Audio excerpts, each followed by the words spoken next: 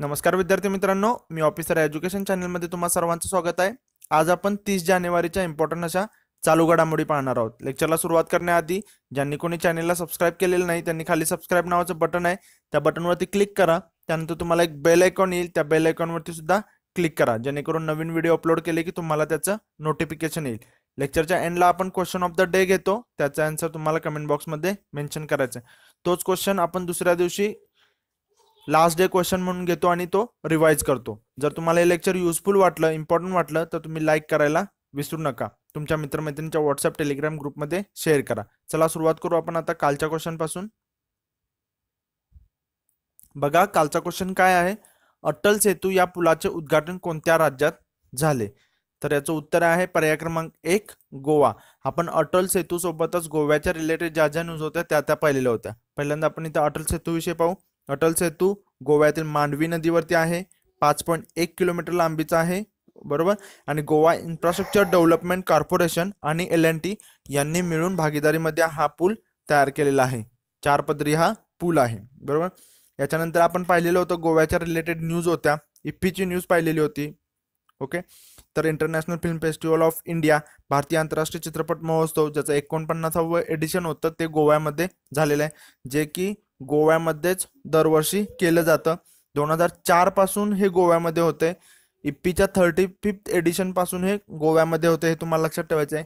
इफ्फीची जी स्थापना आहे ती 1952 साली झालेली आहे, बरोबर। याच्यामध्ये तुम्हाला मी इम्पॉर्टंट गोष्टी सांगितलेल्या होत्या की याच्यामध्ये नॉन फीचर फिल्म खरवस होता मराठी, फीचर फिल्म होता ओलू मल्याळम, ओके। त्यानंतर जर बघायचं झालं तर याच्यामध्ये फोकस स्टेट आणि हे होतं, फोकस स्टेट पहिल्यांदा इन्क्लूड केलं गेलं होतं, ते तुम्हाला लक्षात ठेवायचं होतं, झारखंड, ओके। एवढं जस्ट इम्पॉर्टंट होतं। त्यानंतर गोल्डन पिकॉक कोणाला मिळाला हे लक्षात ठेवा, युक्रेनचा मूवी होता, युक्रेनच्या वॉर विषयी होता, डोनबास सेर्गेई लोइनिस्ता यांनी दिग्दर्शित केलेला हा पिक्चर होता। त्याचबरोबर याचं फोकस कंट्री सुद्धा लक्षात ठेवायचं आहे, इस्रायल, ओके। एवढं जस्ट माहित पाहिजे। परत बाकी जीवन गौरव पुरस्कार कोणाला मिळाला आहे, इफ्फी विशेष पुरस्कार कोणाला मिळालेला आहे, ओके। सलीम खान यांना इफ्फी विशेष पुरस्कार मिळालेला आहे, जीवन गौरव आहे तो डेल ओल्मन यांना मिळालेला आहे, इस्रायलचे आहे, ओके। एवढं जस्ट तुम्हाला इफ्फी विषयी माहीत असणं गरजेचं आहे। त्याचबरोबर आपण पाहिलेलं होतं की माशांच्या निर्यातीवरती जी बंदी घातलेली होती, फॉर्मॅलिनमुळे जे कॅन्सर उद्भवला जातो त्याच्यामुळे। फॉर्मॅलिन कशासाठी वापरलं जातं असं तुम्हाला क्वेश्चन विज्ञानमध्ये येऊ शकतो, तर फॉर्मॅलिन वापरलं जातं मासे प्रिझर्व करण्यासाठी, ओके। एवढं आपण काल कव्हर केलेलं। चला आता बघू आजच्या न्यूज। रिव्हिजन खूप इम्पॉर्टंट आहे, तुम्ही रिव्हिजनवरती जास्त भर द्या, एक्झामला खूप कमी दिवस राहिलेले आहेत।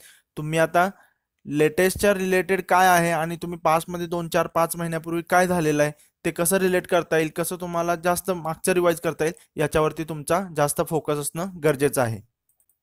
पहिल्या GI स्टोअरचे गोवा विमानतळावर उद्घाटन झालेलं आहे। तर आता पहिल्यांदा हे GIचा आपण बघतच होतो, GI टॅग जो असतो, बरोबर, ते आपण पाहिलेलंच होतं। तर हे GI स्टोअरचे गोवा विमानतळावर उद्घाटन करण्यात आले आहे। गोव्याच्या डबोलिम इंटरनॅशनल एअरपोर्टवरती हे जे आहे ते उद्घाटन करण्यात आलेलं आहे। तर ह्याच्यामुळे काय फायदा होणार आहे बघा, तर सध्या देशामध्ये 270 GI नोंदणीकृत उत्पादने आहेत, म्हणजे GI टॅग त्यांना मिळालेला आहे, अशी 270 उत्पादने आहेत।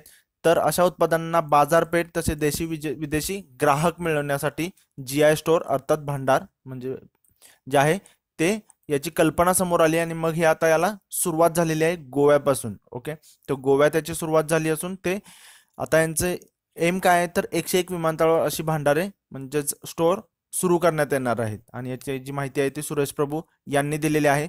तर तुम्हाला आता GI टॅग आलेला आहे, तर GI टॅगच्या रिलेटेड तुम्ही पास्टमध्ये कोणती न्यूज पाहिलेली होती का हे तुम्हाला रिवाइज करायचं आहे। तर सिलाव खाजाची आपण पाहिलेली होती, तर सिलाव खाजा कुठला आहे, बिहारमधला सिलाव खाजा आहे की ज्याला GI टॅग प्राप्त झालेला। GIचा फुल फॉर्म माहित पाहिजे तुम्हाला, जिओग्राफिकल इंडिकेशन, ओके। आणि आपण पाहिलेलं होतं की 14 नोव्हेंबरला रसगुल्ला दिन पश्चिम बंगालने साजरा केला होता। तर पश्चिम बंगालमधल्या रसगुल्लाला सुद्धा GI टॅग प्राप्त झालेला होता, की जो 2017ला झालेला, 14 नोव्हेंबर 2017ला तो GI टॅग प्राप्त झालेला।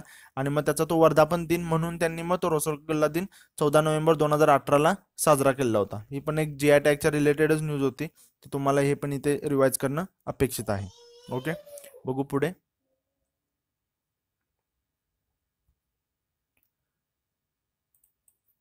शिशुमृत्यूचा प्रतिबंध करण्यासाठी महाराष्ट्र शासनाची खास योजना. तर आता ही योजना कोणती आहे बघा.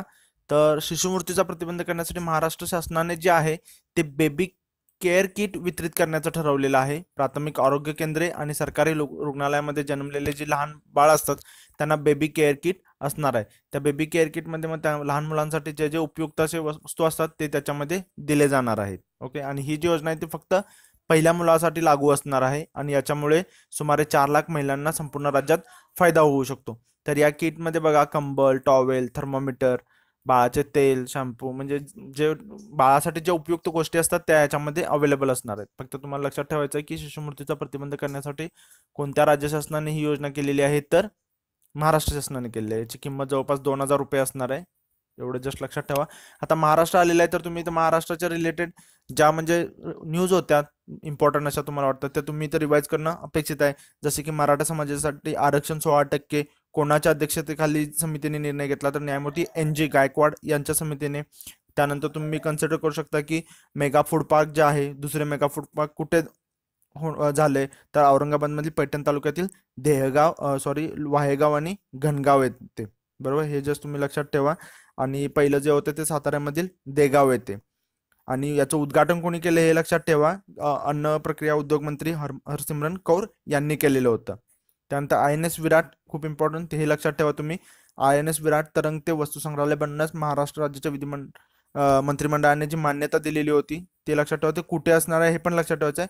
सिंधुदुर्गमधील निवती रॉक्स किनाऱ्याजवळपासून मध्ये जवळपास 7 मैल आतमध्ये असणार आहे ते, हे पण जस्ट लक्षात ठेवा.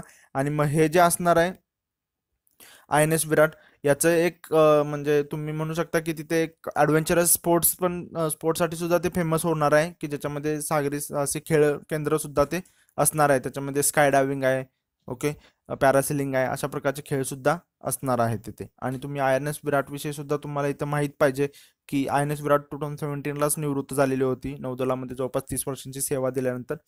तर अशा गोष्टी तुम्हाला इथे रिवाइज करणं अपेक्षित आहे. बरोबर.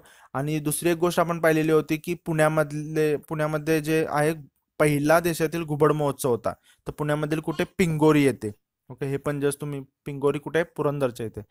जे पुण्यात आहे त्यांना माहितीच असेल, तर हे पण जस्ट नोट करून ठेवा की देशातील पहिला घुबड महोत्सव पुरंदर येथील पिंगोरी येथे झालेला आहे. इला फाउंडेशन तर्फे हा आयोजित केला गेलेला होता. एवढंच जस्ट तुम्हाला महाराष्ट्राच्या विषयी सुद्धा इथे रिवाइज करणं अपेक्षित होतं. बघू पुढे. GDPR readiness index. आता पहिल्यांदा तर GDPR म्हणजे काय हे बऱ्याच लोकांना माहीत नसेल.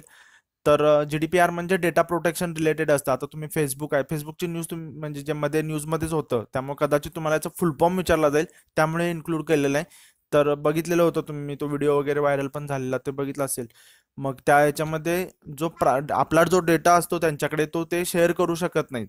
ओके, मग असंच हे फक्त फेसबुक झालं, पण ऑल काइंड ऑफ बिझनेस जे असतात, जो आपला डेटा त्यांच्याजवळ असतो तो डेटा ते शेअर करू शकत नाही. इवन अमेझॉन, फ्लिपकार्ट, कोणते जरी तुम्ही साईट घ्याल तर ते आपला डेटा शेअर करू शकत नाहीत. मग त्यासाठी जे असतात ते GDPR कंप्लायन्स असतात, तर ते organisation should be GDPR compliance. Okay, तर मग याच्यामध्ये भारताचा जो रँक आहे तो 6वा रँक आहे. हे सिस्कोने पब्लिश केलेलं आहे. तर बघा, India rank 6 in the GDPR readiness index. बरोबर. आणि GDPR जे आहे ते मे 2018ला एन्फोर्स झालेलं आहे. मग GDPRचा फुल फॉर्म काय? General data protection regulation. हे तुम्हाला नोट करून ठेवायचं आहे. कदाचित हे तुम्हाला याचा फुल फॉर्म विचारला जाऊ शकतो. ओके, बघा स्टडीने काय सांगितलेलं आहे, त्या 59% of the organisation across the world reported meeting all or most of the requirements. 29% expect to do so within a year and 9% estimates compliance will take more than a year.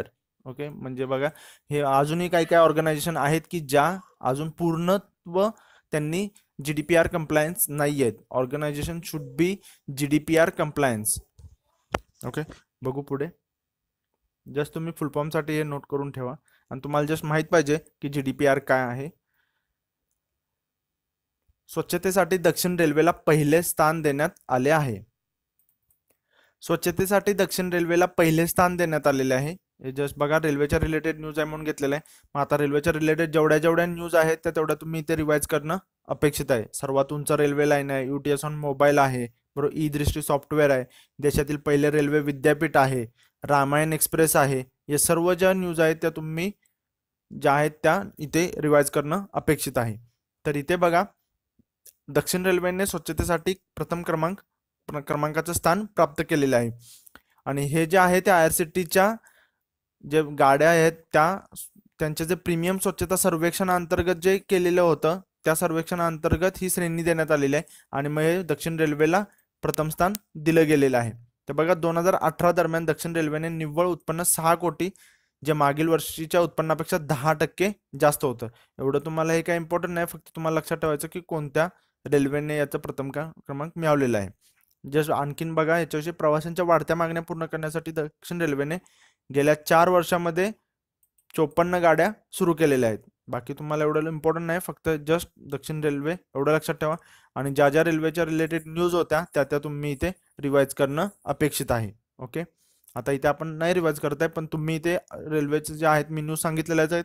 Ramayana express, त्यानंतर सर्वात उंच railway line कुठे झाली, UTS on mobile, त्यानंतर E दृष्टी software आहे, देशातील पहिले रेल्वे विद्यापीठ आहे. जवळपास 5 ते 7 न्यूज आहेत त्या तुम्ही इथे रिवाइज करणं अपेक्षित आहे.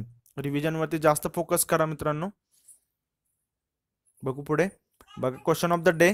भारतातील पहिल्या भौगोलिक संकेत स्टोअरचे म्हणजे संकेत भांडाराचे उद्घाटन कोणत्या ठिकाणी झाले आहे? तुम्हाला 4 पर्याय दिले आहेत. आशा करतो की तुम्हाला हे लेक्चर युजफुल वाटलं असेल आणि तुम्ही तुमच्या मित्रमैत्रिणींच्या व्हॉट्सअप आणि टेलिग्राम ग्रुपमध्ये याला शेअर कराल.